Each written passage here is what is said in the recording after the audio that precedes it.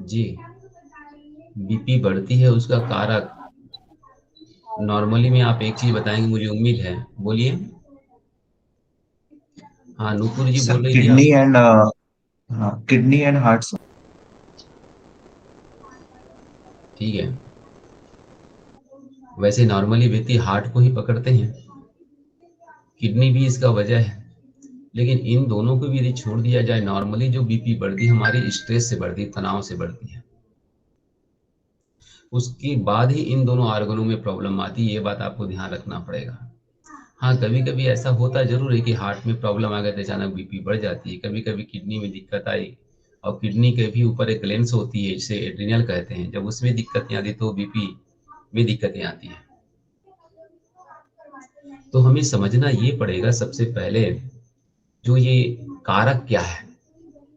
और आज जो बीपी जो बढ़ती है उसके मूल, यदि आप देखें, रिसर्च करें तो 100 में से 80% व्यक्ति केवल तनाव की वजह से है, ओवर लोड की वजह से है। तो ये उसके बीपी का कारक है। तो ब्लड प्रेशर ही जो बढ़ रहा है वो इसकी वजह से बढ़ रहा है। तो आप तनाव है तो तनाव के लिए हार्ट को कुछ मत कीजिए, किडनी कुछ नहीं करना है। आपको मानसिक शांति के लिए जो भी प्रक्रिया करनी पड़ सकती है, प्राणायाम करना पड़ सकता है, अपने आप को रिलैक्स करना पड़ सकता है, वो हमें करना चाहिए। रक्त में कोलेस्ट्रॉल की मात्रा बढ़ जाना लिखा हुआ है, देखिए आप। अब रक्त में कोलेस्ट्रॉल की मात्रा बढ़ जाती है तो कोलेस्ट्रॉल बढ़ता ही क्यों है, ये भी एक कॉसेज आपको समझना चाहिए। ये इसका कारण भी तनाव ही होता है। कैसे, मैं बताता हूँ। कोलेस्ट्रॉल एक्चुअली जो वहां से जो प्रोड्यूस होता है, बनता है, वो लीवर है। लीवर जो यूरिया, यूरिक एसिड और बेड कोलेस्ट्रॉल वगैरह सब कुछ बनाता है जब प्रोटीन को तोड़ता है और ये टूटता है तो आकर के ब्लड में ही मिलता है। अच्छा, लीवर सही तरह से ज्यादा बेड कोलेस्ट्रॉल या फिर हमारे शरीर के लिए उपयोगी अनुपयोगी वस्तु ज्यादा इसलिए निकालता है क्योंकि लीवर को ज्यादा काम करना पड़ता है और सामर्थ्य से ज्यादा काम करना पड़ता है। दूसरी बात, स्ट्रेस होता है, सबसे ज्यादा लोड पड़ता है लीवर को। दूसरी बात, जब प्रोटीन ज्यादा खाते हैं, प्रोटीन का मतलब आप दालें, ऑयल वाली चीज, वस्तु, या तो फिर आप दूध, मिल्क प्रोडक्ट, ये सब ज्यादा लेते हैं तो स्वाभाविक रूप से ये सब बढ़ जाता है। तो ये सब खाना पीना यदि व्यक्ति बंद करें, कम करें, तो निश्चित तौर से मानिए कि उनकी जो क्या है बीपी, ये कोलेस्ट्रॉल जो अगर खाने में कोलेस्ट्रॉल मतलब आप लेंगे नहीं तो बनेगा ही नहीं, बनेगा नहीं तो बॉडी में बढ़ेगा नहीं। तो कुल मिला के डाइट को भी कंट्रोल करना चाहिए कि खाना क्या है क्या नहीं खाना है। एलोपैथी में डॉक्टर तो केवल कहते हैं दवाई खाइए, बाकी जो खाना खाते रहिए। विडम्बना हमारे पास ये होता है, वो सब कुछ खाने को कहता है और साथ साथ में कहता है दवाई खाते रहिए, जिंदगी चलता रहेगा। ये कभी नहीं बोलता कि ये मत खाना वो मत खाना, जबकि सबसे महत्वपूर्ण होना यही चाहिए। मैंने कई एमबीबीएस वालों से चर्चा की है, मैंने वैसा, आप खाना खाने पीने को क्यों आप लोग कंट्रोल नहीं कर, कहते सब हमारे सब्जेक्ट में पढ़ाया ही नहीं जाता ये सब कुछ।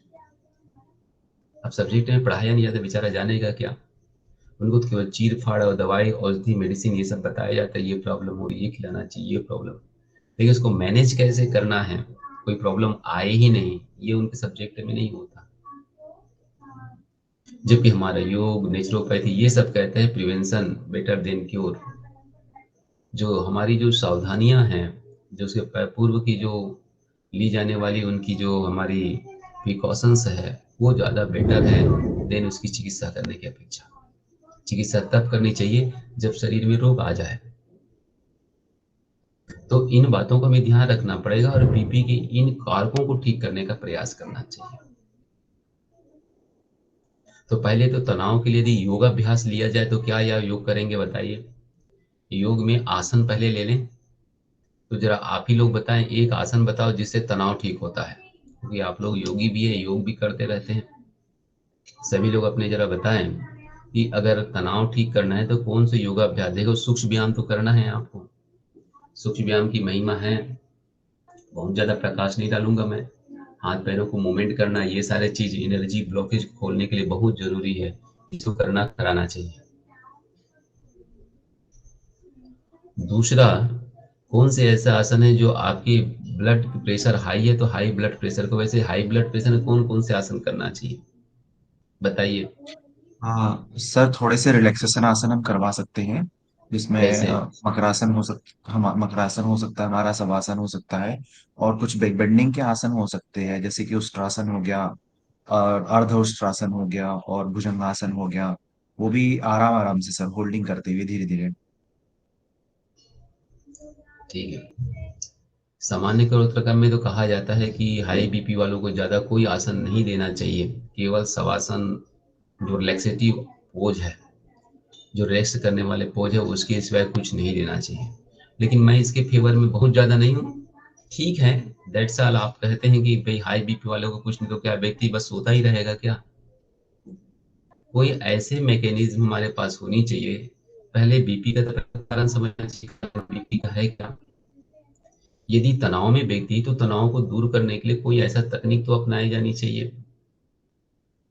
एक सबसे महत्वपूर्ण हमारे पास एक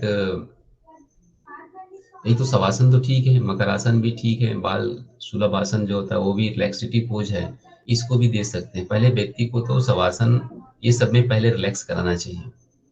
जब व्यक्ति रिलैक्स हो जाए तो सारे सूक्ष्म व्यायाम आपको उनको करा देना चाहिए। नंबर वन, सूक्ष्म व्यायाम कराने मात्र से आप देखो हाई बीपी वालों को ना ये वाले जो है 100 बार हाथ को मूवमेंट करने वाला जो है ये भी आप 50 से 100 बार करवा दीजिए। आप ये सब करवाइए, आप मूवमेंट वाला केहनी नमन स्कंद चक्रास, इतना करने से ही बीपी डाउन हो जाती है उनकी। देन उसके बाद थोड़ा शवासन करवाइए। शवासन के बाद फिर आप जो कह रहे हैं, देखो पूर्ण उष्ट्रासन के बाद समर्थन तो मैं नहीं करता, क्योंकि व्यक्ति को वैसे बैक करने से व्यक्ति को चक्कर आती है जब बीपी ज्यादा हो तो। एक महत्वपूर्ण है जब स्ट्रेस लेवल जब कम करना, क्योंकि बीपी का कारण ही स्ट्रेस तनाव होता है। और तनाव को ठीक करने का सबसे एक अच्छा आसन वो है शशक आसन बोलते हैं। जब भगवान को आप जी प्रणाम मुद्रा में प्रणाम करते हैं ना, शीश झुका करके वज्रासन में बैठते हैं और सामने भगवान को प्रणाम करते हैं और हाथ को आगे फैलाते हैं, लगभग शशक आसन है। कई लोग तो शशक आसन कहते हैं, शशक आसन है। अगर इस आसन में बैठे हैं, फोरहेड, फोरहेड मतलब इस वाले एरिया, जो आपका ये वाला भाग है ना, इस वाले भाग को आप जमीन पे टच करें। कई लोग को देखे होंगे मंदिरों में जाकर कोई व्यक्ति अपने माथे की इसी वाले भाग को जमीन में टच कर,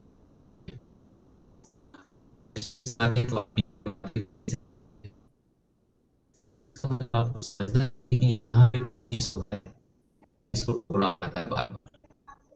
व्यक्ति ज्यादा गुस्सा में आता है तो पीछे इधर इस तरफ को नहीं ठोकता, वो सामने फ्रंट को ही दीवार में ठोकता है। कहीं पिक्चरों में देखे होंगे, कहीं भी देखे होंगे आप।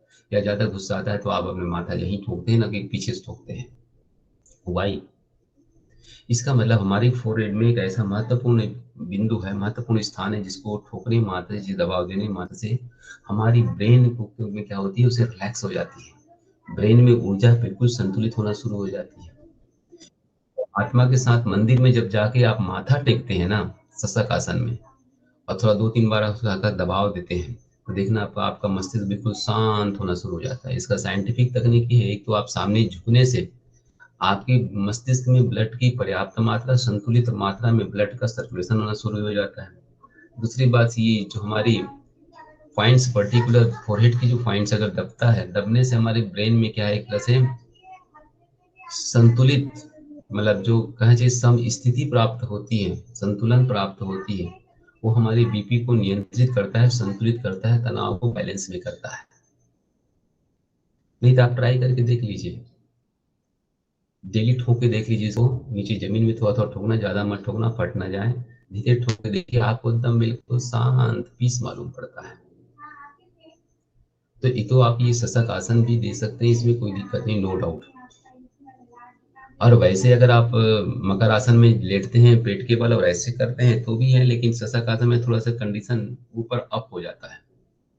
आप इसको भी हल्का से दे सकते हैं, बहुत ज्यादा कठिन आसन नहीं दे सकते। मैं कह रहा हूँ जितना सूक्ष्म व्यायाम कराएंगे। बीपी थोड़ी नॉर्मल है, थोड़ा बहुत बीपी बढ़ा हुआ है तो थोड़ा थोड़ा एक्सरसाइज, थोड़ा सा योगाभ्यास धीरे धीरे, ये सारी चीज तो दी जाता है। इसके बाद अगर प्राणायाम को देखा जाए तो अनुलोम विलोम प्राणायाम आराम से करवाइए उनको आप। बाएं से लीजिए, दाएं छुड़वाइए, दाएं से लीजिए, बाएं छुड़वाइए। बीपी वालों के सबसे अच्छा एक प्राणायाम, अगर हीट बढ़ी हुई, तनाव, टेंशन है, तो उसे शीतली प्राणायाम करना चाहिए। गर्मी, बॉडी में हीटनेस है, तनाव है, बॉडी को कूल होना चाहिए, तो उसके लिए शीतली। और मानसिक तनाव के लिए सबसे अच्छा प्राणायाम वो है भ्रामरी,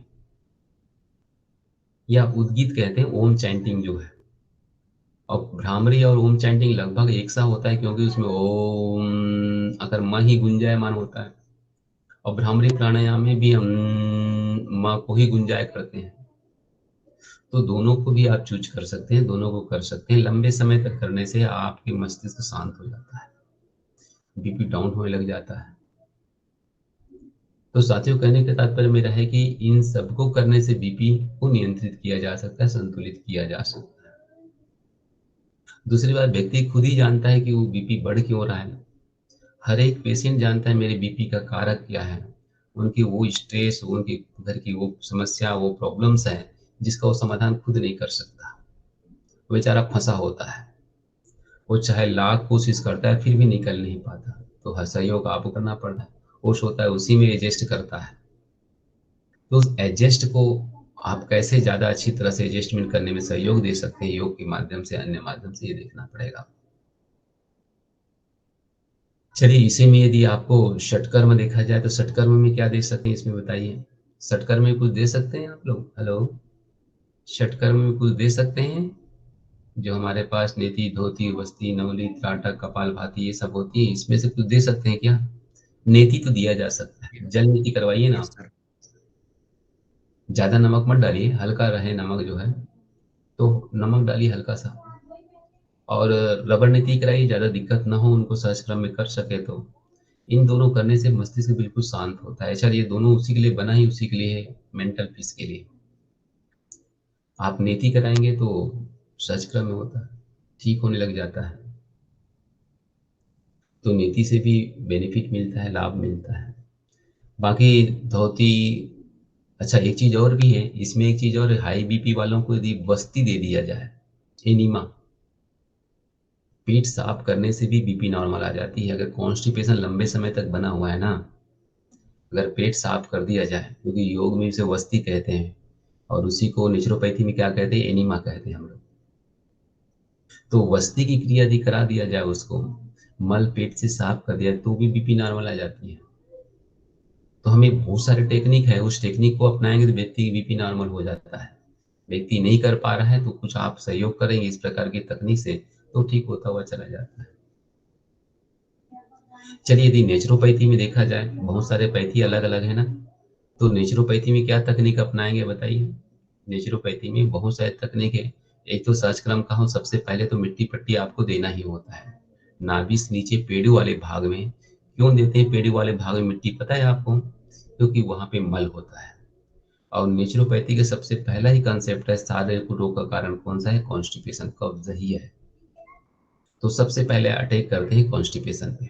पेट साफ होनी चाहिए, फिर बाकी बात करते हैं। बाकी बात हम लोग बाद में करते हैं, क्योंकि कॉन्स्टिपेशन ठीक हो जाए तो बाकी सबको ठीक किया जा सकता है। तो पहले पेट ठीक करने के लिए क्या करें, सबसे पहले मिट्टी की पट्टी आप लगा दीजिए। पेट साफ होने लग जाता है, मल खिसकने लग जाता है, तो दबाव, प्रेशर का।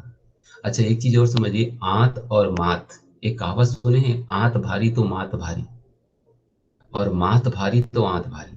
देखो, एक दूसरे से उल्टा कर देंगे तो भी काम है। अगर कॉन्स्टिपेशन है तो माथ में भारीपन रहेगा, हेडेक रहेगा। यदि आपको हेडेक है तो कॉन्स्टिपेशन हो जाएगा। बात समझ रहे हैं आप लोग? तो करें क्या, तो पेट को साफ कर दो, ऑटोमेटिक ऊपर का हेडेक जो है आपका रिलीज हो जाएगा। और माथ, दो रिलेशन है, दोनों का संबंध जुड़ा हुआ है, एक दूसरे का अन्योन्याश्रित है। एक को हटाएंगे तो दूसरा ठीक हो जाता है। तो आप पेट का सफाई करने के लिए पहले तो एनीमा क्या दिया आपने सर, मिट्टी पट्टी दे दिया। मिट्टी पट्टी बाद थोड़ा सा हल्का मसाज, क्लॉकवाइज मसाज किया तो मल निकलने लग गया। जितना गया उतना गया, नहीं फिर आपने एनीमा से बाहर निकाल दिया उसको।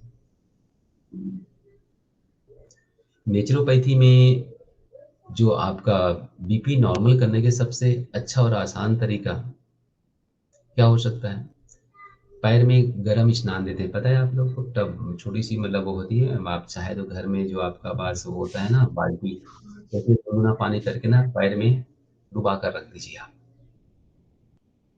विथ इन 10 to 20 मिनट आपका बीपी डाउन हो जाएगा। आप नोट डाउन कभी किए नहीं तो करके देख लीजिए। मैं इसलिए बताने में सक्षम हूँ क्योंकि मैं कराता हूँ ना, करता हूँ यहाँ पे, इसलिए मैं आपको बता रहा हूँ। पुस्तकों की लिखा हुआ बात नहीं, पुस्तक में लिखा गया और मैं पुस्तक में लिखता वही हूँ जो मैं करता हूँ, जो भी प्रैक्टिकल होता है। ठीक है ना? उसको पुस्तक में लिखता भी हूँ। और आपको यदि मेरा यूट्यूब चैनल देखना है तो यूट्यूब चैनल भी मेरा yoga and naturopathy YouTube channel है। अब बहुत सारी चीज़ों से बहुत कुछ ज्ञान की बातें आपको मिल जाएगी, बहुत सारे प्रैक्टिकल नॉलेज आपको मिल जाएगा। योगा एंड अल्टरनेटिव थेरेपी आप देखिएगा, उसमें बहुत सारे वीडियोज हैं, प्रैक्टिकली वीडियो है। उस वीडियो को आप देखिए, ज्वाइन कीजिए, आपको अच्छा लगेगा और बहुत सारी जानकारियाँ आपको मिलती रहेगी। क्योंकि इस फील्ड में मैं काम करता हूँ तो इस फील्ड से संबंधित ही मैं वीडियोस उसमें देता हूँ। मैं भी संभव हो कि आप लोग के लिए ज़्यादा उपयोगी। जी चंचल जी। हाँ सर, ये तो पता था सर हम लोग को कि मतलब बीपी के लिए हम गर्म पाद स्नान देते हैं, लेकिन सर इसके पीछे का लॉजिक क्या होगा सर? क्योंकि गर्म पानी तो मतलब यूजली हाई बीपी वालों के लिए जैसे नुकसान होता है, तो क्या हाँ लॉजिक नहीं हो सकता ठीक है है सर ना। इसके पीछे? देखिए ये जस्ट अपोजिट काम करता है, अपोजिट काम यूँ करता है। देखिए एक तरफ गर्म होगा दूसरा ठंडा होता है, ये तो पता है आपको। दोनों को बैलेंस करने के लिए जगह एक देखिए, हाथ अगर पैर हाथ पैर तलवा दी गर्म है तो सर ठंडा होगा, और सर गर्म है तो हाथ पैर ठंडा होगा। हमारे यहाँ नेचुरोपैथी में, हमारी जो प्राकृतिक चिकित्सा या हमारी योग में एक कहावत है, पैर गरम पेट नरम सर ठंडा। सुना है आप लोगों ने? पैर गरम पेट नरम यस सर। ठंडा, और रोग आए तो मारो डंडा। बात समझ गए आप लोग? तो मतलब ये है कि अगर बीपी हाई है तो आपके हाथ पैर में क्या है वो ठंडापन आ जाएगा और हेडेक ऊपर, गर्मी ऊपर चढ़ जाती है। हमें जस्ट अपोजिट करना पड़ता है, नीचे को गर्म पानी दे करके जब गर्म करेंगे तो क्या करेगा, ये गर्मी क्या करता है ऊपर से गर्मी को खींचता है। आपने सिद्धांत समझा है सजातीयता का? समान गुण धर्मों वाले वस्तु अपने समान गुण धर्मों वाले तत्वों को खींचता है। हीट जो है ऊपर की हीटनेस को खींच करके आपको नीचे पानी में डिजॉल्व करता है और ऊपर कोल्डनेस देता है। तो ऊपर की गर्मी को नीचे खींच करके डाउन कर देता है और हाथ पैर को गर्म, पैर की तलुआ जैसे गर्म होता है तो ऊपर हेड वाला लास्ट वाला पार्ट ठंडा होना शुरू हो जाता है। फिर हमारा जो क्या है, और दूसरी बात इसमें एक चीज और होता है ना, हमारे बॉडी में क्या होता है, एक कॉन्स्ट्रक्शन की प्रक्रिया होती है, एक फैलाव और एक खिंचाव की प्रक्रिया होती है। जब गर्म पानी करते हैं तो वहां पे फैलाव होती है और जैसे निकालते हैं शीतन होती है। जब फैलाव होने से क्या होता है, ऊपर जो गर्मी जो वो नीचे की ओर आने शुरू हो जाती है, और ऊपर ठंडी जो हमारी ब्रेन की वास्तविक ऊर्जा है वो वहां पे फैलने लग जाती है। तो बहुत सारे इसमें फार्मूला से जो काम करते हैं, तो भी प्रैक्टिकल होकर देखेंगे। पहले मुझको भी नहीं लगता था, लेकिन मैंने जब अप्लाई किया पेशेंट पे, हमारे यहाँ हम लोग शिविर लगाते हैं, हजारों व्यक्ति पेशेंट आते हैं और नित्य प्रति आते हैं हमारे यहाँ। तो ये तो आपको बी प्रैक्टिकल जो होता है उसको आप देखेंगे ज्यादा रहेगा। अगर हाथ पैर गर्म रहेगा तो निश्चित तौर से आपका सर ठंडा होगा, और सर गर्म रहेगा हाथ पैर जो है ठंडा हो जाएगा। तो हाथ पैर थोड़ा गुनगुना रहे इसलिए गर्म, हमेशा गर्म बनाए रखना चाहिए, गर्म सेक देना चाहिए ताकि दिमाग आपका ठंडा रहे और बीपी बैलेंस रहे। ठीक है? तो इस तरह देने से क्या होता है, बीपी तुरंत इमिडिएटली 10 से 15 मिनट में बीपी डाउन होती है। एकदम हाईएस्ट बीपी हो तो आप तुरंत बैठा दीजिए ना, आप गुनगुना पानी देकर घुटने से नीचे पानी रखिए और उसको बिठा दीजिए। नंबर तीसरा जो सबसे अच्छी जो तरीका होता है वो होता है स्पाइन बात। स्पाइन में क्या करें, एक तौलिया होता है, तौलिए को ठंडे पानी में भिंगा दीजिए और कुछ नहीं करना, उसको लिटा करके पूरी स्पाइन में ऊपर से नीचे तक ठंडी पानी की पट्टी लगाकर लिटा दीजिए उसको। बात समझ आ रहे हैं आप लोग को? कुछ नहीं करना, स्पाइन को ही ठंडी करना है बस, पूरी स्पाइन में ठंडी पट्टी। और ज्यादा अच्छा हो, ज्यादा बीपी हो तो उसमें आप आइस वाटर डाल दें हल्का सा, और आइस वाटर डाल के पूरी स्पाइन को हल्का से क्या करें पट्टी लगा दीजिए उसमें। तौलिया होती है आपकी, तौलिया लंबी होती है, लंबी तौलिया को पेट के बल लिटा करके या फिर उसको लिटा करके उसको उसी पे लिटा दीजिए चाहे तो, स्पाइन में रख करके। इमीडिएटली आपकी बीपी डाउन होती है, इमीडिएटली बात कर रहा हूँ मैं। और ज़्यादा हो तो वैसे भी बीपी हो तो यहाँ पे ठंडी पट्टी लगानी चाहिए, डायरेक्ट दिमाग को ही ठंडा कर देना चाहिए। देखना गर्मी होती है वैसे भी पानी यहाँ पे डालते हैं आप लोग ऊपर वाले भाग में। और वैसे आपके यहाँ पता नहीं, लेकिन जो पुरानी माता दादी माँ या माँ होती थी वो लोग सब करते थे, बच्चे रात में जब सोते थे तो तेल और पानी, थोड़ा सा तेल और थोड़ा सा पानी इस जगह पे, कौन सा जगह ये पता है आप लोग को? ये जगह, ये जगह वो जगह है जिसे हम लोग कहते हैं सहस्त्रार कहते हैं। जब छोटे बच्चे होते देखना यही जगह है जो बिल्कुल क्या है, गड्ढा होते हैं बिल्कुल वैसा लप लप लप करके होते हैं। इसको 10वां दरवाजा कहते हैं। ये 10वां दरवाजा है जहाँ पे ठंडी पट्टी लगाने मात्रा से डेली करते रहे तो उस व्यक्ति को लाइफ में तो बीपी की प्रॉब्लम आने वाली नहीं है, क्योंकि हम करते नहीं है इसलिए प्रॉब्लम आती है। अगर रात में सोते समय अगर हल्का सा, कोई नहीं तो कोकोनट ऑयल ही सही और ठंडी पानी दोनों मिला करके यहाँ डाल के सोइए आराम से ना, नींद भी अच्छी आती है और आपको स्वप्न भी नहीं आएगा। और बीपी की प्रॉब्लम तो छोड़ दी, तनाव तो छोड़ दीजिए आप, इतना तो कर ही सकते हैं। तो ये करेंगे तो आपको लाभ मिलेगा निश्चित तौर से। तो ये तो आपके लिए क्या हो गया, बीपी के लिए है। और इसके साथ साथ कुछ एक्यूप्रेशर में कुछ जानना चाहते हैं तो देखिए, आप एक्यूप्रेशर के कुछ पॉइंट्स में दिखा देता हूँ आप, ताकि आप इसमें कुछ देख सकें। देखिए बहुत सारी चीज़ दी है इसमें, कलर देख लीजिए, ये कलर जो मैं लगाया हूँ ना, ये कलर महत्वपूर्ण है आपके लिए। अंगूठी के टॉप वाले भाग में है, अंगूठी के टॉप में ब्लैक कलर। और ज़्यादा अच्छा हो जो ये नाखून है ना, जहाँ पे ये मेथी की स्ट्रिप लगा है, देखिए आप देख रहे हैं मेथी की स्ट्रिप, यहाँ पे भी, यहाँ पर भी ब्लैक कलर लगाया जा सकता है। ये हमारे सिर का ये पीछे बैक वाला बैक पार्ट होता है, जिसे सुजोग थेरेपी कहते हैं। सुजोग के ये लोग होते हैं। आप मेरे यूट्यूब चैनल देखेंगे तो उसमें पूरे सुजोग चिकित्सा की पूरी मैंने सीरीज दिया है, अगर सीखना चाहते हैं तो वहाँ एक एक नंबर 1 2 3 आप सीख सकते हैं। 10 से बना हुआ है, वो 10 या 15 एपिसोड का बना हुआ है, तो आपको आसानी से समझ आ जाएगा ये सारे। तो आप यहाँ पे जहाँ पे ये आपका मेथी की पट्टी है, यहाँ पे बेकर या मेथी की पेपर टेप से करके चिपकाया गया है। ये हार्ट का स्थान है, ये मैंने ब्लू कलर लगाया है, ये भी हार्ट का स्थान है और ये भी हार्ट का स्थान है। तो मैं इसको बाद में जब सीखेंगे तो समझ पाएंगे। तो इसमें आप अगर मात लगा देंगे तो भी आपको क्या है, नॉर्मल तो से बीपी हाई हो डाउन होगा। ये वाला कलर जो आपके अंगूठे के टॉप में ब्लैक कलर दिया है और ये ब्लैक कलर जो है, ये दोनों काम करते हैं। बीपी हाई हो और अनिद्रा की रोगी हो, नींद ना आ रही हो, तनाव में हो, ये दोनों तीनों चीज को एक साथ ठीक कर देता है।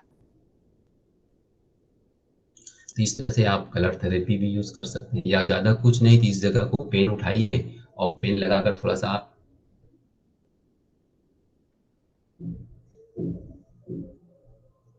आवाज आ रही है, आवाज आ रही है, थोड़ा सा कनेक्टिविटी दिक्कत हो रही है। यस सर, आवाज आ रही है। Yes sir, yes sir. ठीक है।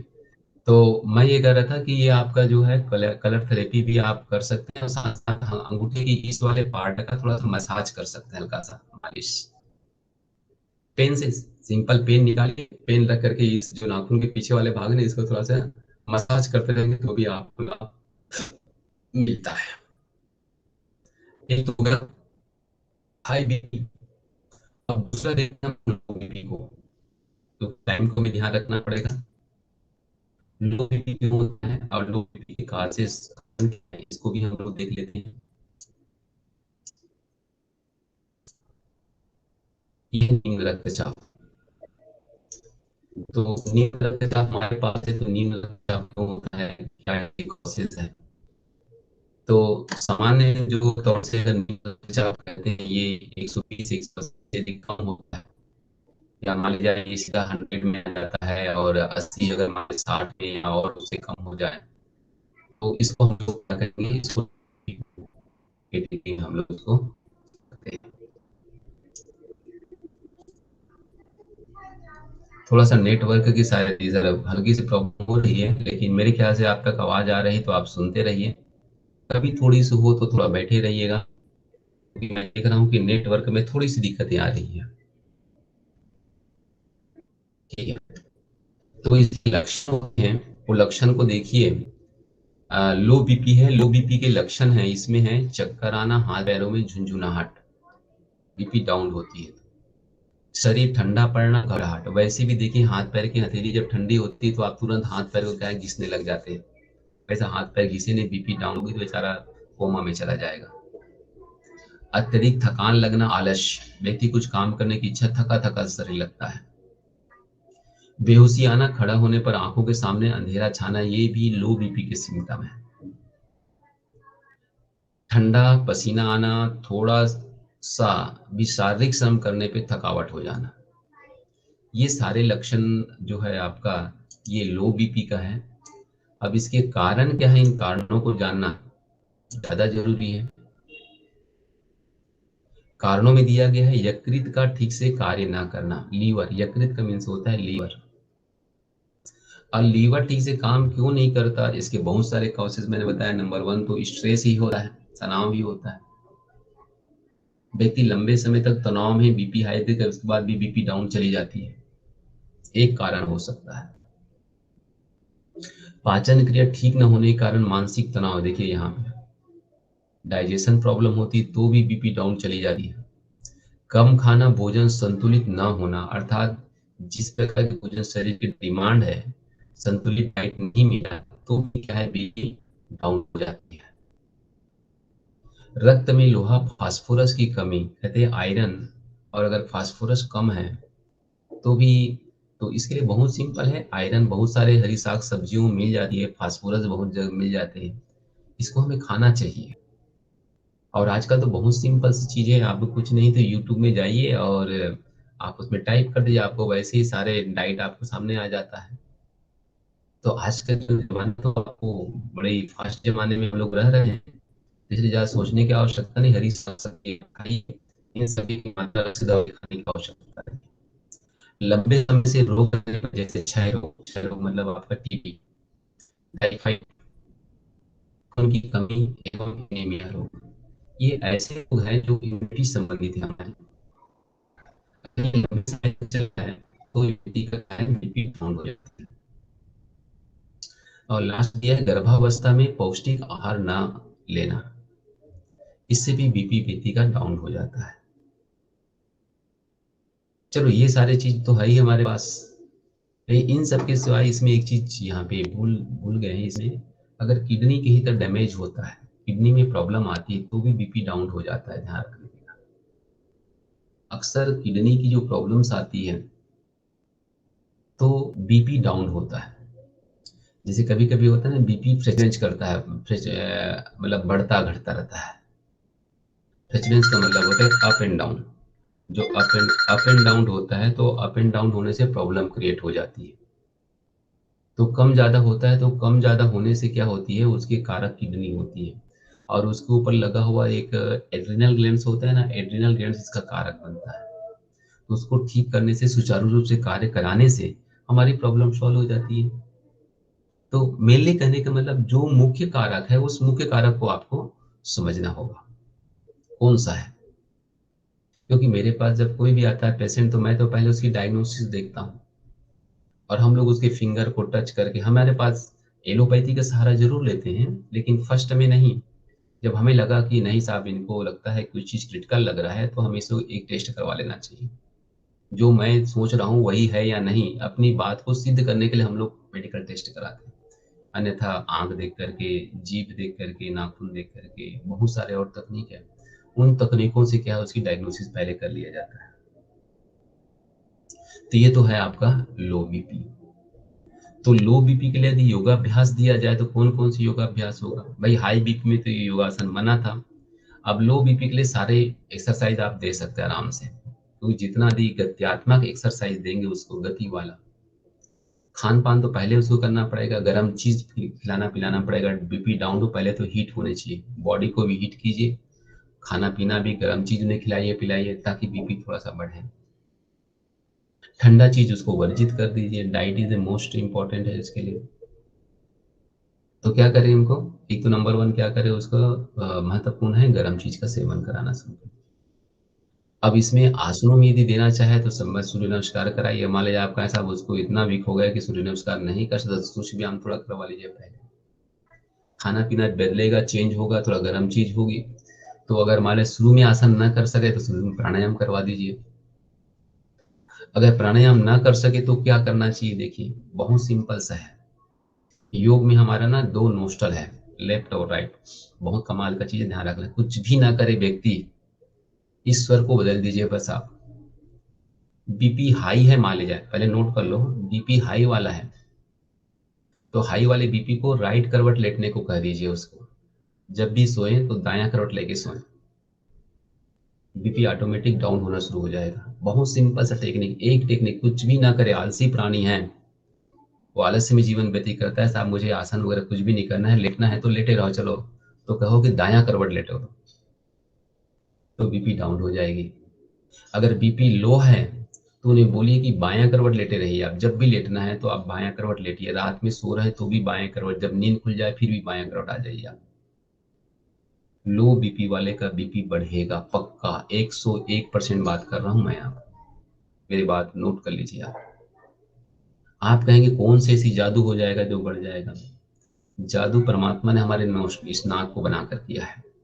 ये नाक हमारी बॉडी को गर्म और ठंडा करने में सामर्थ्य है। जैसे फ्रिज में फ्रीजर होते हैं ना, वैसे ही हमारी नोस जो है हमारी बॉडी का फ्रीजर है। ये बॉडी को गर्म भी कर सकता है, बॉडी को ठंडी भी कर सकता है। इस रहस्य को समझना होगा आपको। तो सिंपल एक तो है, अगर बीपी डाउन वाले हैं तो उसे बाएं करवट लेटवा दीजिए और लेटा कर रहने दीजिए। आधे से पौन घंटे 1 घंटे बाद उसकी राइट नॉस्ट्रल ऑन होगा, बॉडी हीट होना शुरू हो जाएगी। हीट होगी तो बॉडी के अंदर ताजगी आ जाएगी, गर्मी आ जाएगी, व्यक्ति करने लायक सक्षम बन जाता है। फिर इसको करवाइए, या सबसे पहले उसको प्राणायाम अनुलोम विलोम करवा दीजिए। गर्म पानी पिलाइए, अनुलोम विलोम करवाइए और उनको सूर्य वेदी प्राणायाम करवाइए। क्या करवा दीजिए, सूर्य वेदी प्राणायाम, भस्त्रिका प्राणायाम करवाइए। साथियों यदि आपको ये प्राणायाम वगैरह नहीं याद मालूम है तो आपकी जो साथी जो सिखाते हैं हमारे टीचर बंधु, उनसे जरूर सीखें आप, क्योंकि मैं सब कुछ बताऊं तो बहुत लंबा हो जाएगा मेरे लिए। या बुक वगैरह है जो पढ़ते हैं, पुस्तक वगैरह आपको मिला होगा या जो रेफरेंसेस दिया होगा, उस बुक का सहयोग करें। या ज़्यादा नहीं तो अपनी वाली बुक है योगामृत, आप उसको देखिए, वो नेट गाइड है, 700 पेज की है। वो आपके लिए हमेशा आपके साथ यदि रख ले तो आपके लिए बहुत ही एक महत्वपूर्ण ग्रंथ के रूप में आपके पास रहेगा योग से संबंधित। तो आप इसे कर सकते हैं। तो एक तो लो बीपी के लिए क्या है, सूर्यभेदी, भस्त्रिका, इन सारे प्राणायाम को कर लीजिए।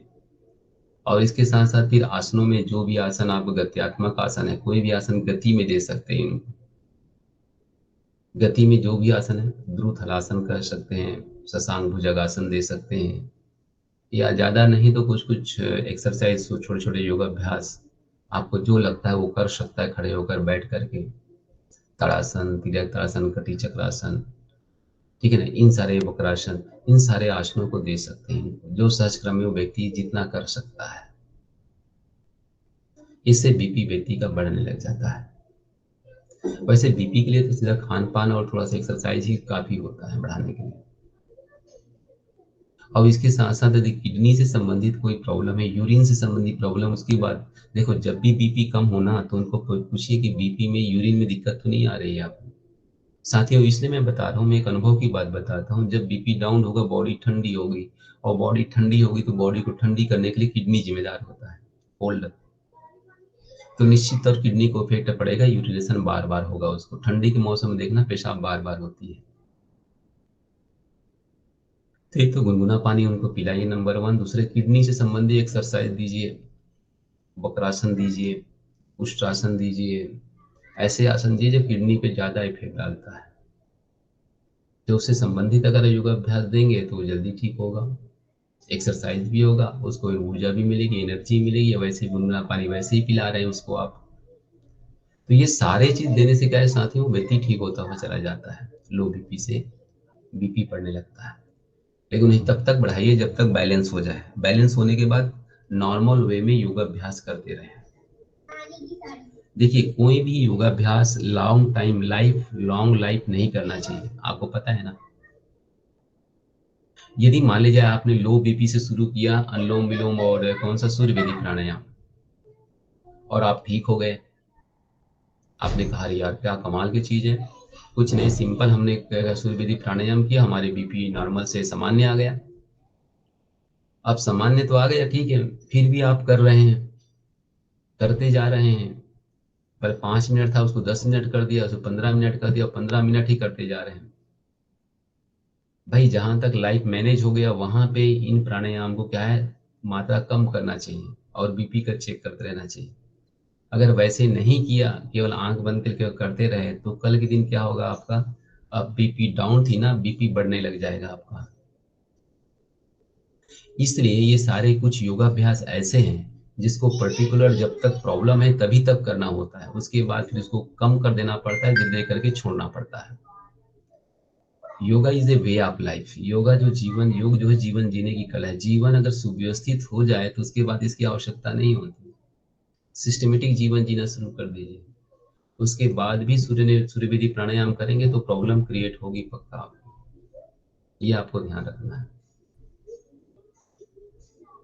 तो साथियों, मेरे कहने का तात्पर्य ये है कि आप हमको ये ध्यान रखना पड़ेगा, सूर्यवेदी प्राणायाम और भस्त्रिका प्राणायाम लो बीपी के लिए करें। अच्छा, इसमें किसी कुछ पूछना है क्या? चाहे कोई प्रश्न हो तो पूछ लीजिए, फिर मैं अगला एक स्लाइड अलग अलग दूंगा जिसमें अर्थराइटिस, जॉइंट्स पेन, बैकएक वगैरह के बारे में बात करूंगा। सर एक छोटा सा क्वेश्चन था सर। सर अगर किसी का बीपी फ्लक्चुएट होता हो, मतलब कुछ पेशेंट ऐसे होते हैं सर कि कभी कभी बीपी लो हो जाता है, कभी कभी हाई हो जाता है सर, तो ऐसी कंडीशन में क्या करना चाहिए? किडनी किडनी को देखना चाहिए, व्यक्ति का किडनी का ट्रीटमेंट लगाना चाहिए। किडनी का ट्रीटमेंट, किडनी से संबंधित उन्हें पूछिए, पेशाब तो है ठीक है, और व्यक्ति को डर या भय घबराहट तो नहीं होती, बहुत सारे कारण कॉसेस पता चल जाएगा उसके बीपी अप एंड डाउन करने का। अगर व्यक्ति के जीवन में घबराहट है, भय है, फियर है, तो किडनी से आती है, तो किडनी का ट्रीटमेंट देंगे, किडनी को ठीक करेंगे, तो ऑटोमेटिक वो सारे जो बीपी अप एंड डाउन हो रहा है ऑटोमेटिक ठीक हो जाता है। व्यक्ति के अंदर फियर जो होता है ना, फियर ही तो है अप एंड डाउन का, कभी कभी डर लगता है तो अचानक से बीपी बढ़ जाती है, कभी एकदम बिल्कुल डिप्रेशन में चला जाता है, तो एकदम बहुत ज्यादा बहुत कम बहुत ज्यादा कम हो रहा है, वो सीधा डायरेक्ट किडनी को रखता है। देखिए मेरे पास तो साइंस ऐसा ना, कभी कभी उसको मेडिकल नकार भी सकता है, मेडिकल के पास इसका उत्तर नहीं होता जो हमारे पास है, लेकिन चूंकि हम लोग ठीक करते हैं और होता है, इसलिए मैं आप सामने चर्चा करता हूँ। मेडिकल तो केवल एक मेडिसिन दे देंगे, सब कुछ नहीं, हार्ट का एक वाल्व, ठीक है, एक वाल्व है, वाल्व की भी संबंध होता है, हमारी हार्ट के जो वाल्व होते हैं अलग अलग 4 वाल्व लगे हुए हैं, उस वाल्व की मतलब उसकी जो कार्य करने की क्षमता घट जाती तो भी बीपी कभी कभी, या एक लो वाला बीपी हाई रहेगा या हाई वाला बीपी हाई होता है, वो तो अलग अलग चेम्बर की प्रॉब्लम्स होती है, उसकी वाल्व की प्रॉब्लम होने से होती है। लेकिन हर प्रॉब्लम्स फिजिकल नहीं होता, ध्यान रख लीजिए, हमारी बॉडी का 80% प्रॉब्लम इधर साइकोसोमेटिक है, आपको ये नोट डाउन कर लेना चाहिए। मनुष्य जीवन में आने वाली 80% रोग साइकोसोमेटिक, साइकोसोमेटिक समझते हैं आप लोग? बता देता हूँ, साइकोसोमेटिक उसे कहते हैं जो पहले मन पे आती है रोग, फिर धीरे धीरे वो शरीर पे दिखाई पड़ता है, इसको कहते हैं साइकोसोमेटिक। साइक मतलब होता है मन, सोमेटिक मतलब होता है, सोमेटा मतलब होता है शरीर, मन से शरीर में आने वाले रोग। तो जितने भी रोग है पहले मन पे आता है, फिर शरीर में दिखाई पड़ता है। बब्या बेटा, पहले मन पे आता है, फिर वो शरीर में दिखाई पड़ता है। बहुत कम रोग होता है जो जैसे एक्सीडेंटल है या कुछ है जो सोमेटो सोमेटो प्रॉब्लम होता है। सोमेटिक प्रॉब्लम मतलब शरीर से डायरेक्ट दिखाई पड़ता है, कहीं चोट है, कहीं पे कुछ गिर गया, एक्सीडेंट वगैरह है। और बाकी लगभग कॉन्स्टिपेशन है, तनाव है, चिंता है, ये सारे साइकोसोमेटिक है। इसका ट्रीटमेंट भी उसी तरह से देना पड़ता है। बीपी अप डाउन होना, फ्लैचलेंट होना, ये सारे साइकोसोमेटिक प्रॉब्लम्स हैं। अगर उस तरह से ट्रीटमेंट नहीं करेंगे तो फिर जैसे एलोपैथी में लॉन्ग लाइफ दवाई खिलाते हैं ना, तो वैसे दवाई खाते रहना पड़ेगा। अगर कारण का समाधान कर लिया तो वो व्यक्ति वहीं से मुक्त हो जाता है। तो बड़ा अद्भुत चिकित्सा है साथियों, आप लोग को समझना चाहिए, जानना चाहिए ये, और जब जान जाएंगे तो आपको लगेगा यार इससे अच्छा कोई थेरेपी है ही नहीं हमारे पास। ठीक है, तो इसको आपको जानना है। सर, लक्षणों के आधार पर कैसे पहचानें, क्योंकि कुछ कुछ समानताएं भी हैं लक्षणों में, तो कैसे पहचानें सर लक्षणों के आधार पर? क्या कैसे पहचाने, जैसे सर जैसे पहचानने क्या लोग भी। झुंझुनाहट भी रहती है, हाइपर में भी और हाइपो में भी, और घबराहट भी रहती आप सिंपल है ना, आपके पास तो मशीन है यार, मशीन है, बीपी मशीन है ना, बीपी मशीन से चेक कर लीजिए। है। बीपी अच्छा मशीन सर। से चेक करेंगे तो वैसे ही पता चल जाता है ना। ब्लड प्रेशर तो, यह आप पल्स है, इस पल्स में हाथ में यहाँ पे अपना हाथ रख लीजिए, यहाँ पे, और जब रखेंगे तो आपको पता चल जाता है। धड़कन को काउंट करेंगे, धड़कन ही स्पीड आप काउंट कीजिए, 1 2 3 4 5 6 7 8, ये इस क्रम में चलता है। डप टप डप लुप डप लुप डप ऐसे चलता रहता है। अगर ये टप टप टप टप करने लग जाए तो बीपी डाउन, अगर ये धीरे धीरे करने लग जाए ऐसे ऐसे तो बीपी डाउन। हाई और डाउन तो बहुत पहचानना बहुत आसान हो जाता है इससे। आप पल्स देखकर ही इसकी बीपी हाई है या लो है ये पता कर सकते हैं। फिर भी क्लियर करने के लिए आप लोग इस पे स्फेग्मोमेनोमीटर जो होता है ना आपका, जो बीपी मापक यंत्र, रक्तचाप मापक यंत्र, उस यंत्र से हम लोग उसको माप सकते हैं, बहुत आसान है। ठीक है ना। इसमें कलर जो है देखिए, मैंने यहाँ पे एक कलर थेरेपी दिया है, आप देख पाएंगे इसको। दिखाने का प्रयास किया है आप लोग को, शायद दिखाई पड़ रहा होगा, मे भी संभव है। रंग चिकित्सा में जहाँ पे मैंने ब्लू और ब्लैक लगाया था वहां पे मैंने यहाँ पे रेड लगा दिया, देख रहे हैं आप। लो बीपी वालों के लिए यहाँ पे रेड लगा दीजिए आप। और जहाँ पे मैंने ये हाथ में जो यहाँ पे जो पट्टी, मेथी की पट्टी थी, यहाँ पे भी पीछे साइड में क्या है, रेड कलर ही आपको देना पड़ेगा। इसके जस्ट पीछे क्या करना पड़ेगा, रेड कलर लगाना पड़ेगा। इससे बीपी बढ़ जाती है, अर्थात ये हमारे नाखून है ना, नाखून के जस्ट पीछे ये वाला ब्लैक वाला पार्ट है, यहाँ पे रेड कलर लगा दी लो बीपी वालों के लिए, वैसे ही दिमाग गर्म हो जाता है। लो बीपी वालों का दिमाग वही ठंडा होता है, सोता रहता है वो, दिमाग को गर्म करना होता है, हीट करना होता है। अद्भुत साइंस है ये कलर का। दुनिया रंगों से बना हुआ है ना, रंगीन दुनिया है। रंग का विज्ञान हमें समझना पड़ता है। या जो लो बीपी वाले व्यक्ति हैं उसको लाल कपड़ा पहनाइए, और जो हाई बीपी वाले व्यक्ति है उसको ब्लू या ब्लैक कपड़ा पहनाइए, देखना उसके बीपी ऐसे डाउन होना शुरू हो जाएगा।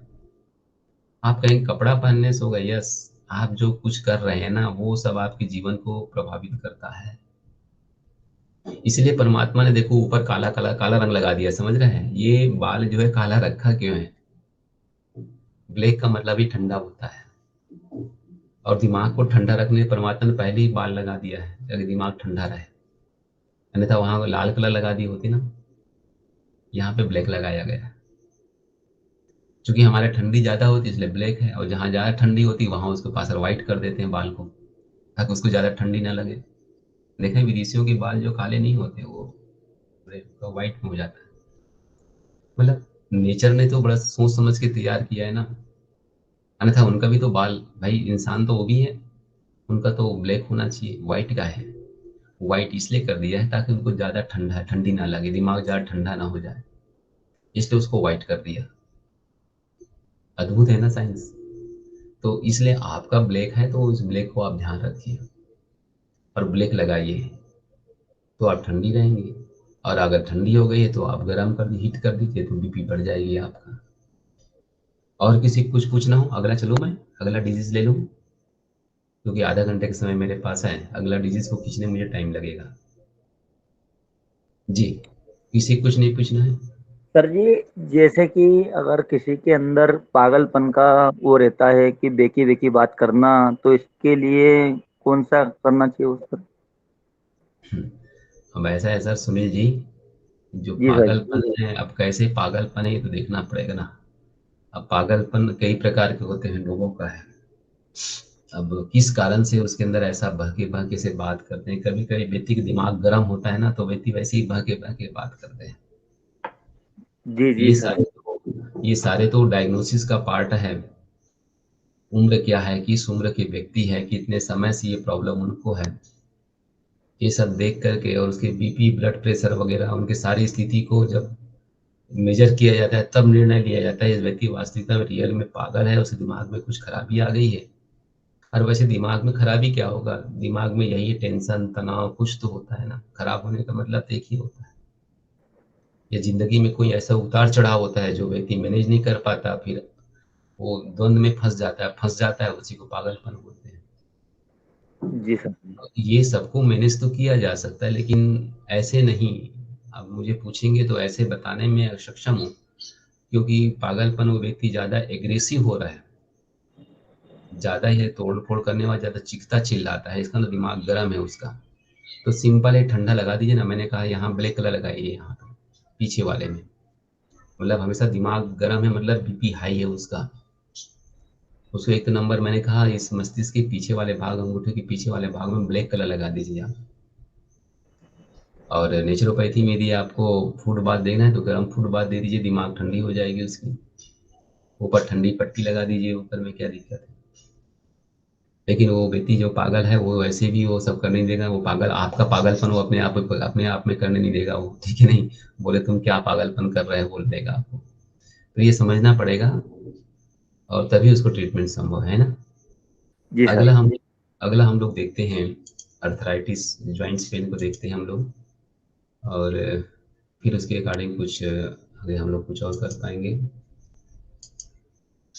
ये मेरी बुक का है जो आप देख पा रहे हैं, जितने सारे आप लोग देख रहे हैं ना, ये अलग अलग रोगों का है, यहाँ पे बना हुआ है। देखता हूँ यहाँ पे अर्थराइटिस है या नहीं, मैं दूसरा खोलना पड़ेगा। एक दूसरा स्लाइड मैं खोल रहा हूँ, इसको थोड़ा बंद कर रहा हूँ। अभी जस्ट मैं प्रेजेंट करता हूँ आपको एक दूसरा स्लाइड में आपको ये सब दिखाई पड़ेगा। और उसमें हम अर्थराइटिस, जॉइंट्स पेन, इसमें आपका साइटिका ले सकते हैं, सर्वाइकल स्पॉन्डिलाइटिस ले सकते हैं, ये सारे हम लोग वहाँ पे देख सकते हैं। तो सबसे पहले हम लोग चर्चा करेंगे जॉइंट्स पेन, अर्थराइटिस जिसे कहते हैं। आर्थो कहते हैं हड्डी को, आर्थो किसे कहते हैं, हड्डी। और आइटिस एक ये टर्मिनोलॉजी है साइंस में, मेडिकल साइंस में आइटिस वर्ड होते हैं। कोई बताएंगे आइटिस का वर्ड क्या अर्थ क्या होता है? आप लोग को पता है, ज्ञान है? अगर नहीं है तो मैं चर्चा करता हूँ, कोई दिक्कत नहीं है। आइटिस और एक होता है सिस, दो वर्ड यूज करता है मेडिकल साइंस का। तो आइटिस इन्फ्लेमेशन। बहुत सुंदर, किसने बताई है? हाँ जी, किसने नुपुर बोली बता? राठौर। हाँ नूपुर, बहुत सुंदर, बहुत टाइम बोली, लेकिन है ना, कहे देर आई लेकिन दुरुस्त आई वाली बात है आपकी, है नहीं। मौन थी लेकिन खोली तो अच्छी बोली आपने, thank you Nupur ji. Yes sir. Itis मतलब इन्फ्लामेशन, नाइस। इन्फ्लामेशन में ये कह सकते हैं वहाँ पे रेडनेस हो सकती है, स्वेलिंग है, घाव भी हो सकता है ना। वहाँ पे बिल्कुल दर्द हो, स्वेलिंग भी हो सकती है वहाँ पे। इन्फ्लामेशन का मतलब है, उसको मेडिकल टर्मिनोलॉजी में बोलते हैं आइटिस। मेडिकल टर्मिनोलॉजी क्या बोलते हैं उसको? आइटिस कहते हैं। और सिस जो वर्ड होता है, सिस कहते हैं उसको। तो सिस में क्या होता है? हेवीनेस होती है, भारीपन होता है वहाँ पे, जकड़न होती है। क्या होती है? जकड़न होती है। तो उस जकड़न को ठीक करने के लिए क्या करना चाहिए? फिर उसमें एनर्जी का अलग अलग तकनीक होता है, किसमें एनर्जी को माइनस करना है, किसमें घटाना है, किसमें बढ़ाना है, ये अलग अलग हमारे पास तकनीक होती है। देखिए ज्वाइंट पेन में जहाँ तक बात है कि ज्वाइंट पेन में क्या क्या होनी चाहिए, तो ज्वाइंट मतलब जोड़ होता है, जोड़ों का दर्द, बैक पेन, स्पॉन्डिलाइटिस। वैसे नॉर्मली ये साइटिका जो प्रॉब्लम जो होती है, साइटिक पेन जिसे बैकएक कहते हैं हम लोग, कमर दर्द।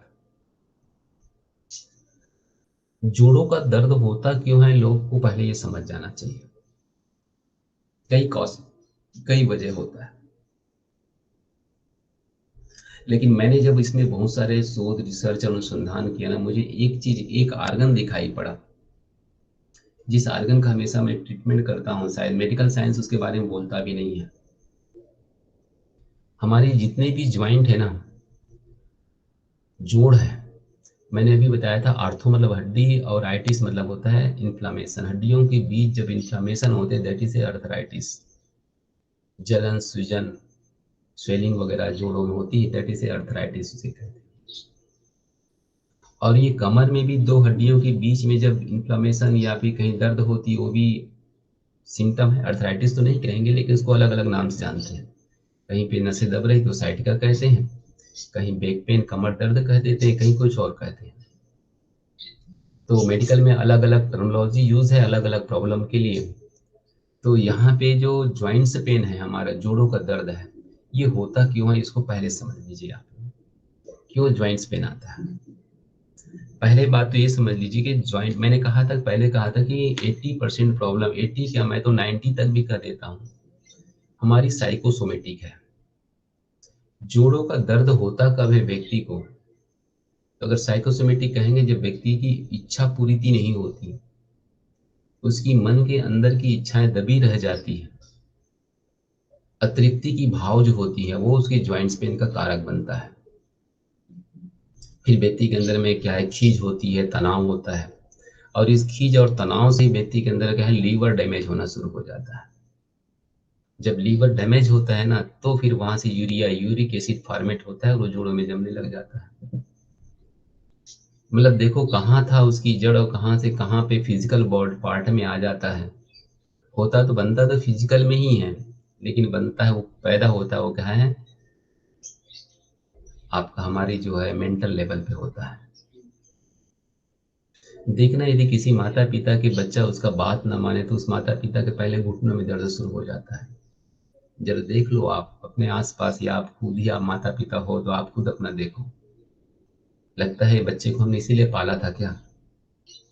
बच्चे के माता पिता के हाथ पैर जोड़ों में दर्द शुरू हो जाता है, और जिस माता पिता के बच्चा उसकी आज्ञाकारी है, उसकी बात को मानने वाला है, उसको कभी अर्थराइटिस नहीं होता। साथियों ध्यान रखना, उसको जोड़ों को दर्द नहीं होता। उसके अंदर इतनी उत्साह, इतनी गति होती है ना, मेरा बच्चा है, वो गर्व करता है उसको।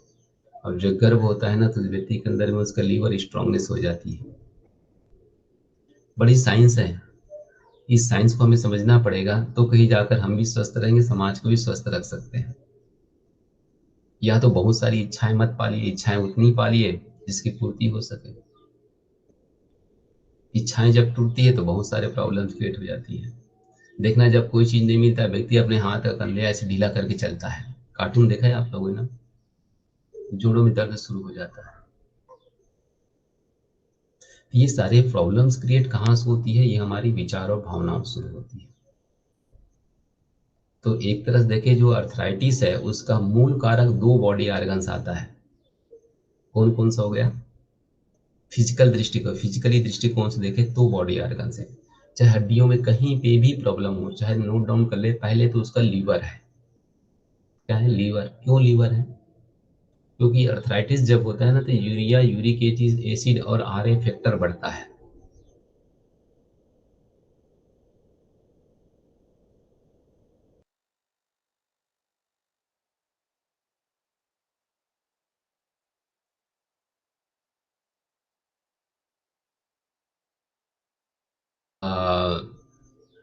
लीवर में प्रॉब्लम आती है, और लीवर में जब प्रॉब्लम आती है तो liver urea, uric acid format करता है, प्रोटीन को तोड़ता है, तो और उसको छानने का काम करता है किडनी। किडनी सही छान दिया तो जोड़ों में प्रॉब्लम नहीं आएगी। किडनी छाने कितना ज्यादा बनता है तो किडनी भी कहता है मेरा काम थोड़ा है सारे सब कुछ करने का, तो वो क्या करता है, ब्लड में ही यूरिया, यूरिक एसिड को भेज देता है। जितना छानने की क्षमता है उतना छानता है, बाकी सबको ब्लड में ही भेज देता है। जाओ भाई, मेरी इतनी क्षमता है, मैं इतना ही छानूंगा, अभी आप घूमो जाओ बॉडी में। तो घूमता है बॉडी में, तो जमता है कहाँ पे? जहाँ पे ज्वाइंट्स होते हैं, तो उस ज्वाइंट में वो जमना शुरू हो जाता है, और वहीं से बनती है अर्थराइटिस। तो सबसे नंबर वन तो ये है कि आप प्रोटीन खाइए मत। जब प्रोटीन खाएंगे नहीं तो आपको यूरिया, यूरिक एसिड फॉर्मेट होगा नहीं लीवर से। इसीलिए ज्वाइंट्स पेन वालों को सारी दालें बंद रखते हैं, सारे प्रोटीन चीज बंद कर देते हैं। आप लेंगे नहीं तो किसी काम करना पड़ेगा नहीं, काम नहीं करेगा तो बनेगा ही नहीं, नहीं बनेगा तो प्रॉब्लम ऑटोमेटिक ठीक हो जाएगी। और कुछ पैथी ऐसा है जो कहता है खाते रहो और दवाई भी खाते रहो, ऐसा थोड़ी होता है भाई। जो उसकी मूल कारक है उस कारक को बंद करना होता है। आप समझ रहे साथियों? कारक को बंद करना पड़ेगा, जो है प्रोटीन्स, बादी डाइट। वो बादी डाइट को पहले बंद कर दीजिए आप। आहार, आहार को औषधि कहा गया है आयुर्वेद में।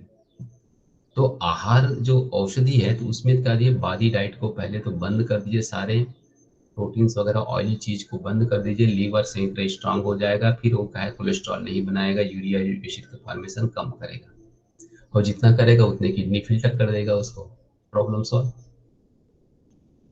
अब आ गया है तो उसका ट्रीटमेंट तो देना पड़ेगा। तो सबसे पहला तो काम ये होना चाहिए कि जो हो रहा है वो ना हो, नंबर 1।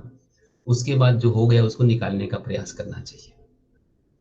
ऐसा ना हो कि आप तो कर भी रहे हैं, वो खा भी रहे हैं और आप कर भी रहे हैं, तो जिंदगी चलता रहेगा, बस जिस समय करेंगे थोड़ा सा रिलीफ मिलेगा, फिर प्रॉब्लम क्रिएट हो जाएगी।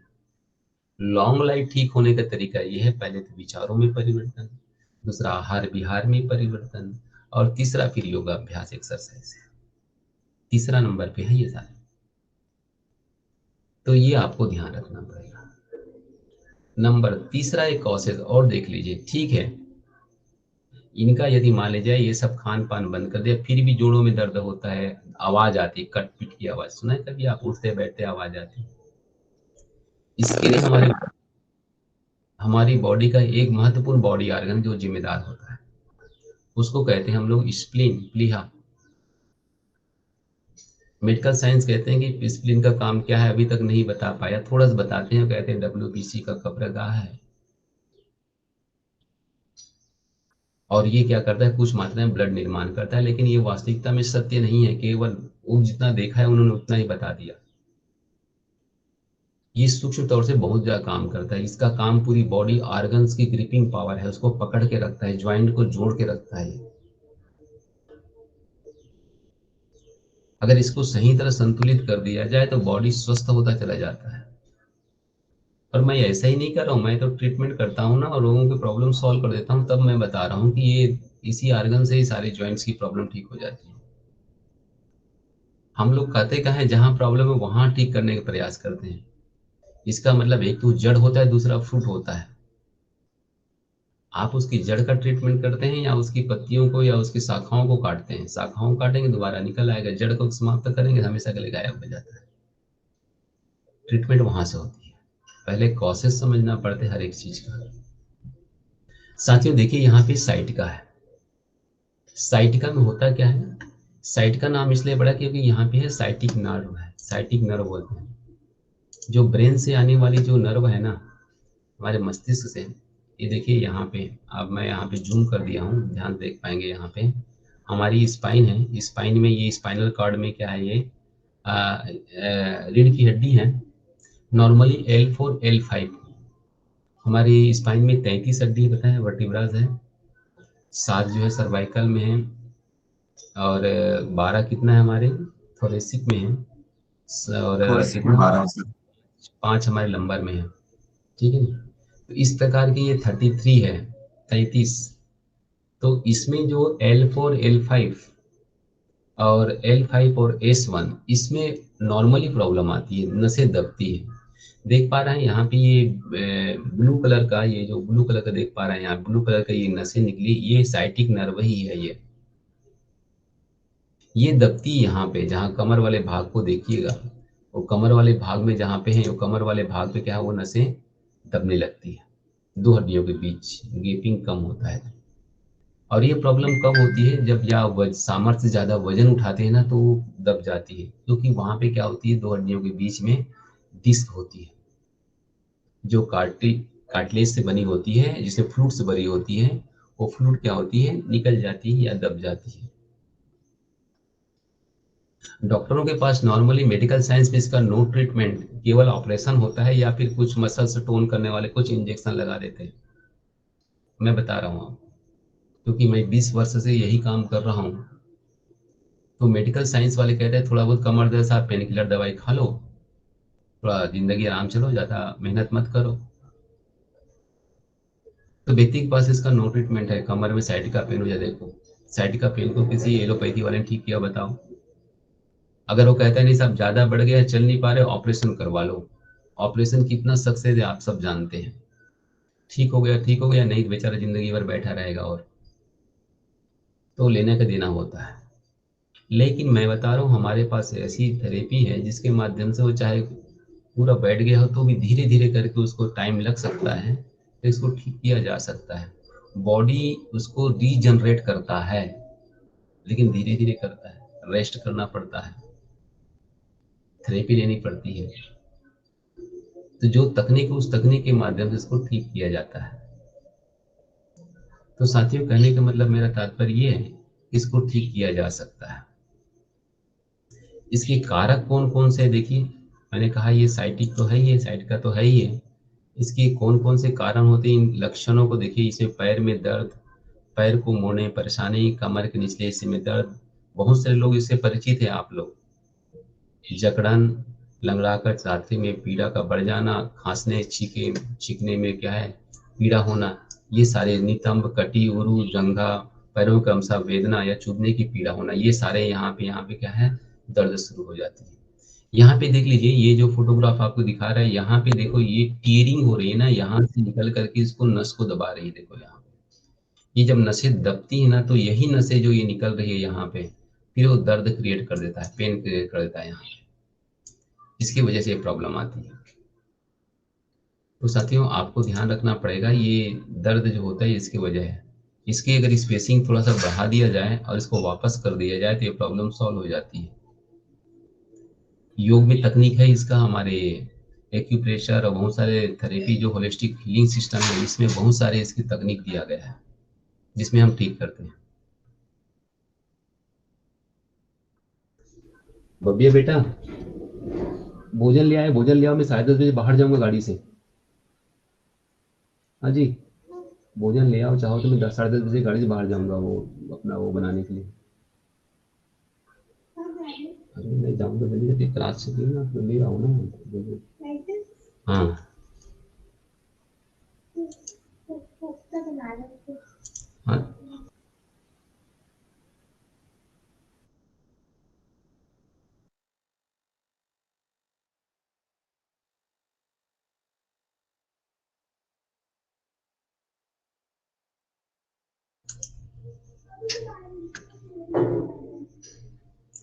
तो मैं ये कह रहा था आपको कि ये कमर दर्द जो हमारा है ना,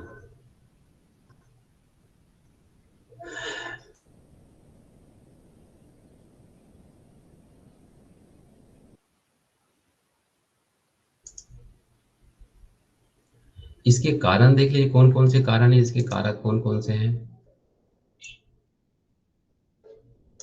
यहाँ पे देखिए, देख पा रहे हैं, मेरुदंड के लंबर की 5वीं कशेरुका और दूसरी शेकरल नाड़ी मूल को मिलने से साइटिका नाड़ी का निर्माण करता है। नाड़ी मूलों की तीक्ष्णता के कारण अथवा उन पर दबाव पड़ने के कारण साइटिका रोग उत्पन्न होती है। किसी भी कारण से यदि दबाव पड़ रहा है उसमें, तो कहते हैं कि साइटिका नर्व, साइटिका प्रॉब्लम शुरू होती है। और साइटिका की प्रॉब्लम देखना ठंडी के दिनों में ज्यादा हो जाती है, क्योंकि जकड़न होती है ना, दबाव पड़ती है तो, और गर्मी आती है तो ठीक होती चली जाती है। अब देख लीजिए, ये तो साइटिका की प्रॉब्लम्स है, नसें दबती हैं, तो सबसे फर्स्ट इसमें एक सावधानी बरतनी चाहिए। इसमें से किसी को साइटिका की प्रॉब्लम होगी, है ना? आप लोग को किसको साइटिका प्रॉब्लम बताओ जरा, है जल्दी सर। बताइए। सर आइए मुझे देखिए, हाँ हमें पता है ना, ठीक है। जो साइटिका है, तो साइटिका आपको है और भी लोग को है जो नहीं बता रहा है, कोई बात नहीं। साइटिका मतलब कमर का दर्द होता है, तो पीछे पैरों की तरफ नीचे तरफ दबाव, तनाव, खिंचाव पैदा होती है, छोटी उंगली तक चली जाती है, पूरी नहीं जाती तो कहीं बीच बीच में चिलकन होती है। सबसे फर्स्ट जो साइटिका है, वो एक बात ध्यान रखना चाहिए, उनके फॉरवर्ड बेंडिंग नहीं करना चाहिए। फॉरवर्ड बेंडिंग की कोई भी आसन नहीं करना चाहिए, ध्यान रखें आप। दूसरी बात, जब कोई सामान उठाना हो नीचे जमीन से, तो आपको सर झुक के नहीं उठाना है सामान को। 1 मिनट में मैं ना सामने झुक कर कोई सामान नहीं उठाएंगे आप, नंबर 1 ध्यान रखेंगे आप। कैसे करेंगे आप? पहले बैठेंगे घुटने मोड़ करके, फिर सामान उठाएंगे। 2 बात को मेरे पहले ध्यान रखेंगे, धीरे धीरे ठीक होना शुरू हो जाएंगे आप। क्या बताया मैंने? कोई भी एक्सरसाइज फॉरवर्ड बेंडिंग नहीं करेंगे, मतलब सामने ऐसे झुकने वाली कोई भी एक्सरसाइज नहीं करेंगे, योगाभ्यास नहीं करेंगे। दूसरी बात, जब आप स्टैंडिंग पोस्चर में हो, तो आपको क्या है, झुक कर कोई सामान नहीं उठाना है, झुक करके झाड़ू नहीं लगानी है आपको, बैठ करके स्पाइन को सीधा रखना है आपको, सीधा बैठना है घुटने मोड़ करके। अगर घुटना नहीं मुड़ता है तो आप मत बैठिए, अगर ठीक होना है तो। अन्यथा भगवान भला करेगा, लंबे समय खींचेगा आपका प्रॉब्लम जो है, और ठीक नहीं होगा, इसका भी ठीक होगा ऐसे कोई गारंटी नहीं है। लेकिन मैं जो आपको एक युक्ति बता रहा हूँ, अगर इसे आप करते हैं तो कोई भी थेरेपी नहीं लेंगे तो भी चीजें ठीक हो जाएंगे। आप केवल नेचुरल तरीका से उनको अपने आप हीलिंग होने दिया जाए। ज्यादा वजन न उठाएं, 2 3 4 किलो से ज्यादा वजन न उठाएं, तो वैसे हीलिंग शुरू हो जाती है। हाँ जी, बताइए क्या बोल रही थी आप? सर ये घुटनों से कट कट की आवाज आना, ये भी साइटिका का ही लक्षण है? नहीं नहीं नहीं, ये साइटिका नहीं है, ये तो ज्वाइंट पेन बोलते हैं। ये जोड़ों का दर्द, ये कमजोरी वीकनेस से आती है। जी सर, बहुत बॉडी ज्यादा में नहीं होता, लेकिन मेरे पैरों से आती है कट कट की आवाज, उठने बैठने बहुत से में। बहुत से लोगों की आती है। इसके बहुत सारे कॉसेज होती हैं शरीर में। अगर माने जाए, मैंने बताया ना कि आर्गन होता है स्प्लीन, प्लीहा बोलते हैं। स्प्लीन अपनी ऊर्जा कम हो जाती है, जी या सर। 2 चीज होती है, खड़े होकर पानी पीती होंगे, खाते समय ज्यादा पानी पीती होंगी आप। अब ये लाइफ की जरूरत देख लीजिए, जिनको घुटने में दर्द, कटकिट की आवाज आ रही, तो गलती होगी उनके पास। या तो स्टैंडिंग खड़े होकर ही पानी पीते हैं, जी सर। खाते समय आप जल्दी खाना खाते हैं और जल्दी खाते खाते पानी पीते हैं, ठीक है ना। ये प्रॉब्लम क्रिएट होती है। चेतना, मैं क्लास में हूँ अभी, क्लास में हूँ मैं, बताओ। चलेंगे ना? हाँ तो अभी टाइम है ना। कहाँ हूँ अभी? एक मिनट।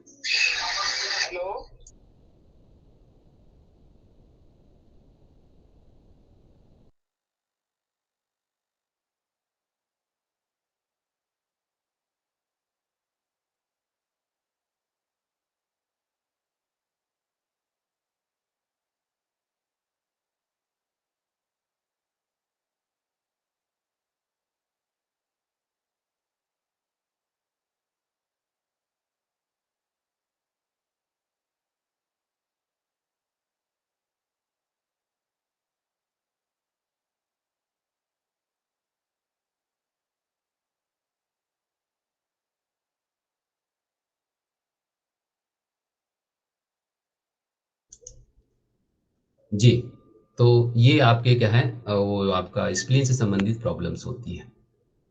तो साइटिका के सबसे पहले योगाभ्यास में मैंने जितना कहा है वही तो पहले बैठने वाली प्रक्रिया। दूसरी बात, इसमें क्या करना चाहिए, सबसे योग में करना है तो ताड़ासन करना चाहिए। स्पाइन को ऊपर नीचे खींचना चाहिए, ताड़ासन की प्रक्रिया कीजिए। जब फिजियोथेरेपी कराते हैं, हमारे यहाँ फिजियोथेरेपी सेंटर भी है, तो फिजियोथेरेपी कराते हैं। फिजियोथेरेपी में क्या ट्रैक्शन दिया जाता है। ट्रैक्शन क्या है? ताड़ासन की प्रक्रिया है। हाथ और पैरों को ऊपर नीचे पर खींचा जाता है ऐसा स्प्रिंग की तरह, ताकि जो दब रही है बीच में नाड़ियां, नाड़ी, नस नाड़ी, वो स्पेस मिल जाए उसको। तो क्या करना चाहिए आपको? ताड़ासन करनी चाहिए। या क्या करना चाहिए आपको, घर के छत्ते छज्जा छज्जा होता है ना, अगर आप ऊपर झूल सकते हैं तो हल्का से झूलिए, झटके मत पड़े आपको, आप थोड़ा झूलिए। उससे क्या होगा, आपको ट्रैक्शन की प्रक्रिया सहज क्रम में हो जाती है। दूसरी चीज है इसमें, सुप्त उदराकर्षण होता है। सुप्त उदराकर्षण, सुप्त उदराकर्षण लेफ्ट राइट करेंगे तो भी ये नसें जल्दी खुल जाती है। थोड़ा सा मरकटासन भी होता है इसमें, मरकटासन देने से भी खुलता है। और साथ ही साथ बैकवर्ड आसन, जैसे भुजंगासन है, धनुरासन है, जैसे शलभासन है, इन आसनों को करने से, बैकवर्ड बेंडिंग करने से भी राहत मिलती है, जो खुल जाती है। और साथ साथ एक और आसन जिसे कह सकते हैं सर्वांग सेतु बंधासन करते हैं। सेतु बंधासन करने से भी बहुत लाभ मिलता है, क्योंकि ये भी बैकवर्ड होता है, लेट करना पड़ता है। तो ऐसे करने से क्या है, इस साइटिका के रोग में लाभ मिल जाती है। साथ ही साथ इसमें महत्वपूर्ण ये है कि ठंडी चीज का परहेज होनी चाहिए। किसी प्रकार ठंडी चीज, ठंडी पानी, कोल्ड चीज, बादी डाइट बंद कर देना चाहिए। बादी डाइट समझ रहे हैं ना आपने? बादी मतलब वह जो है जो चिपचिपा होता है। दूसरी बात, जो बॉडी अंदर गैस क्रिएट कर दे, जैसे पत्ता गोभी, फूल गोभी, बैगन, कद्दू, ऐसी सब्जियां, कंद वाली सब्जी, अरबी है आपका, भिंडी है, और नीचे जो जमीन में और रहती है ना, आलू वगैरह, आलू भी कम होना चाहिए, बहुत ज्यादा नहीं। ऐसी सब्जियों को बंद कर देना चाहिए। पानी गुनगुना ले, ज्यादा बेटर है। लेकिन गर्मियों में तो नॉर्मल पानी ले सकते हैं, ठंडियों में तो गुनगुना पानी अवश्य लें, इससे उसको लाभ मिलता है। तो इनको करने से व्यक्ति को ये लाभ मिलना शुरू हो जाएगा। तो आपको जितना आसन बताया उन आसनों को कीजिए। और दूसरी बात, कॉन्स्टिपेशन ना हो पेट में, इसलिए पेट की सफाई करने लग जाएंगे। तो आपको योग में वस्ती की क्रिया होती है, वस्ती क्रिया करें, या उसी को नेचुरोपैथी में लोग एनीमा कहते हैं, एनीमा की प्रक्रिया करें, पेट साफ हो। नंबर तीसरा जो है, अगर आगे चल के प्राणायाम अगर करना है तो आपको गर्म प्राणायाम करना चाहिए, हीट प्राणायाम करना चाहिए। अनुलोम विलोम दे ही सकते हैं, साथ में आप भस्त्रिका प्राणायाम या फिर आप सूर्य वेदी प्राणायाम कीजिए, क्योंकि साइटिका की प्रॉब्लम कोल्ड की प्रॉब्लम है, उसमें दबाव होते हैं, हमको फैलाव चाहिए होता है।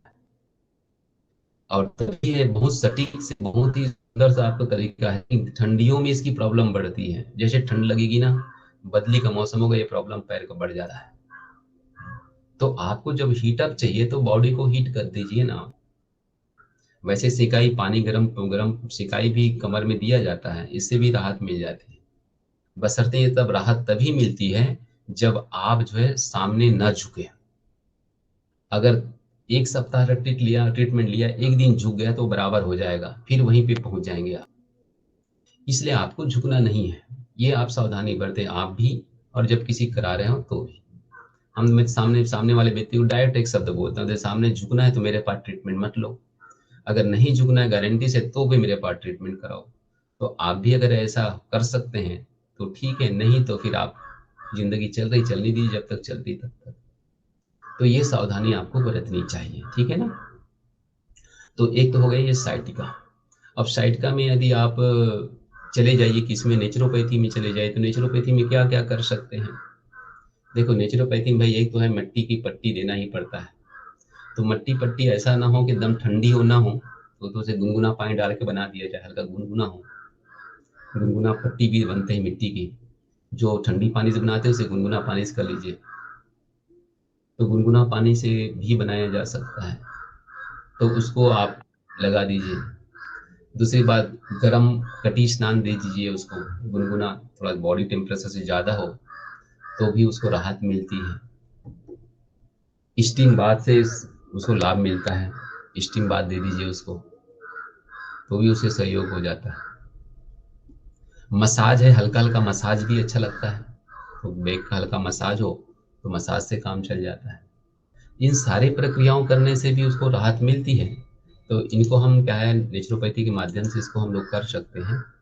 और इसके साथ यदि आप कुछ एक्यूप्रेशर में कुछ चाहते हैं तो आप यहाँ पे देख लीजिए, मैं आपको कुछ दिखाने वाला हूँ और कुछ दिखा रहा हूँ। कलर ही देख लीजिए, आप यहाँ पे देख पा रहे हैं आप। इसमें एक्चुअली क्या है, जो थोड़ा सा और नज़दीक कर देता हूँ मैं इसको, थोड़ा सा आपको धूप लग रहा होगा, मे भी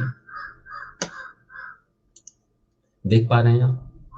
बहुत सटीक और आसान तरीका है, अगर इतना कुछ नहीं इतना कर सकते हैं। देखिए 2 अंगुल इधर, 2 अंगुल, 2 अंगुल के बीच वाले जो भाग, जो चैनल होता है ना, जहाँ दबाएंगे, जिसको साइड का आप दबा के देखिए, वहां पे जहाँ रेड कलर लगा है देखिए, वो लाल रंग वहां लगाइए जिसको साइड का है, गर्मी बढ़ेगी वहां का।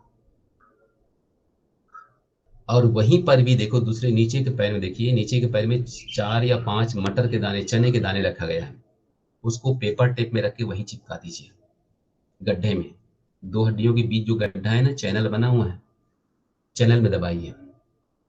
और दूसरा है जो है, पहली लास्ट छोटी उंगली, उसकी बगल वाली उंगली, रिंग फिंगर टॉय बोलते हैं इसको, उसमें एक मेथी की पट्टी लगा दीजिए नीचे ज्वाइंट पे। ऐसे मैंने तीनों में लगाया, देखिए फर्स्ट सेकंड थर्ड तीनों उंगली में मेथी की पट्टी लगा दी गोल पेपर टेप से। अगर इतना कर देंगे तो साइड का आपको आराम मिलना शुरू हो जाता है तुरंत। आप कलर का यूज कर सकते हैं, ये रेड कलर का, और साथ साथ में ये आप इसमें आपका जो आपका चना है या फिर ये दाने वगैरह भी प्रयोग कर सकते हैं। दोनों चीज का प्रयोग यहाँ पे किया जा सकता है। तो साथियों, इस तरह से बहुत सारे चीज में हम इसका प्रयोग कर सकते हैं, उपचार कर सकते हैं। इसमें किसी को पूछना हो तो आप लोग पूछ लीजिए।